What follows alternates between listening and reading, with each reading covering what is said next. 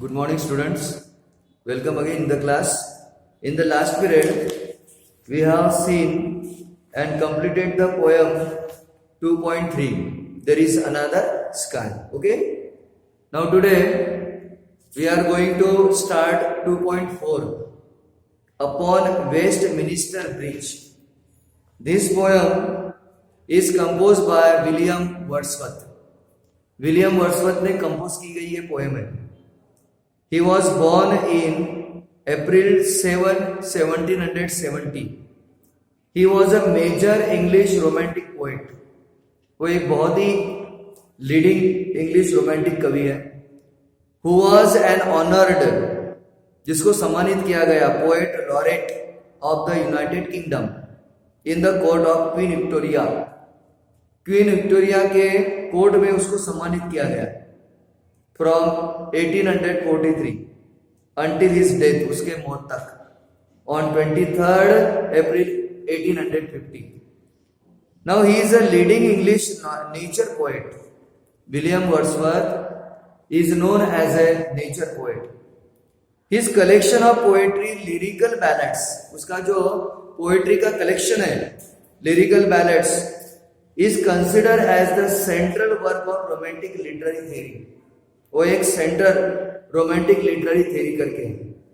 The poem upon Westminster Bridge, ये जो poem है, is one of the best example of his romantic poem.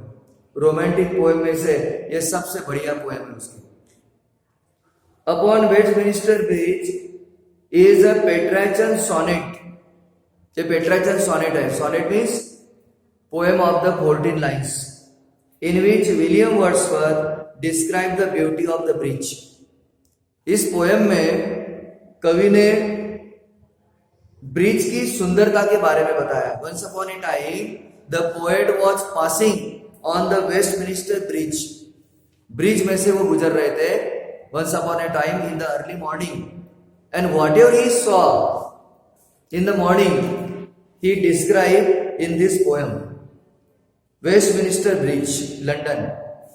Then the world had to still experience the industrial revolution.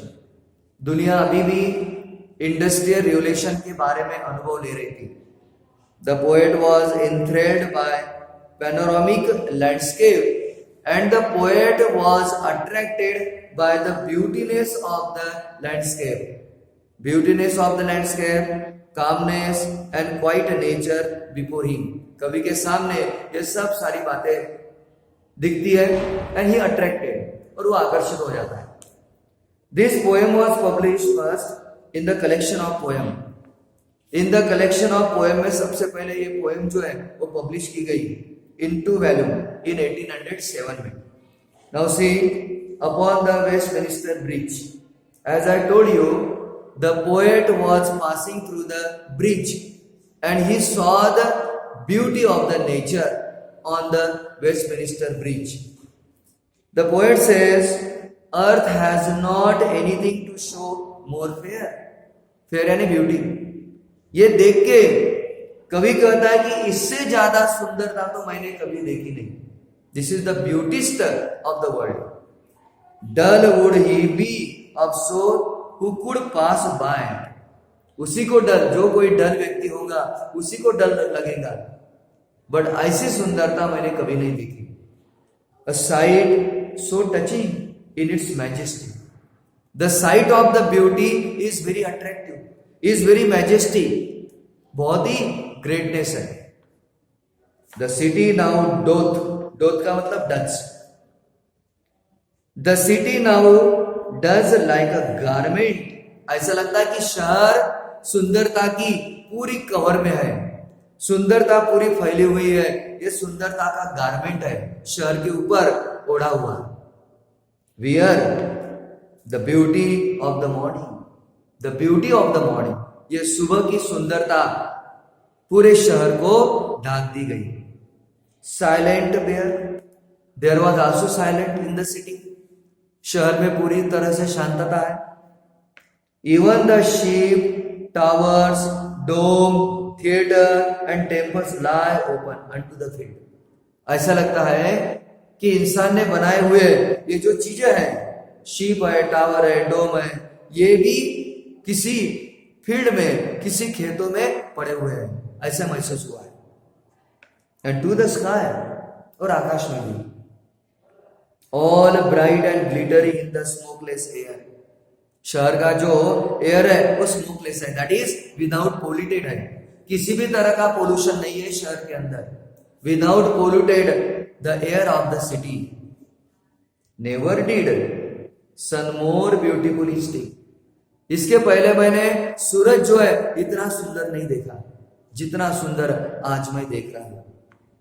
In his first Splendor valley, rock और हिल, सूरज के कारण valley, rock and hill never saw I, इसके पहले मैंने इतनी सुंदर valley, rock नहीं देखी।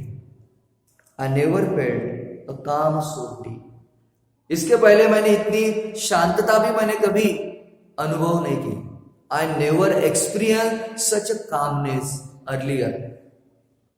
The river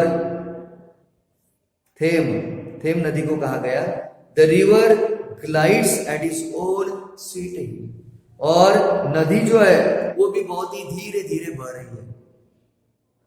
the river is flowing under the bridge, under the bridge, उस ब्रिज के नीचे से नदी का पानी भी बहुत ही धीमे धीमे बह रहा है। स्वीट विल, अपनी इच्छा के अनुसार।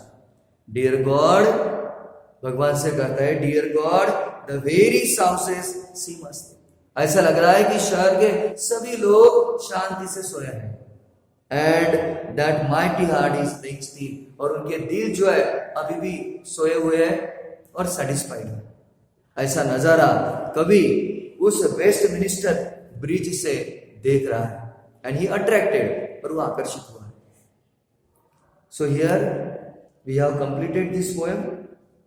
You read again and again and try to understand, and also try to solve the exercise given in this poem. Okay, tomorrow and day after tomorrow there will be holiday, so we shall see once again on Monday. Okay.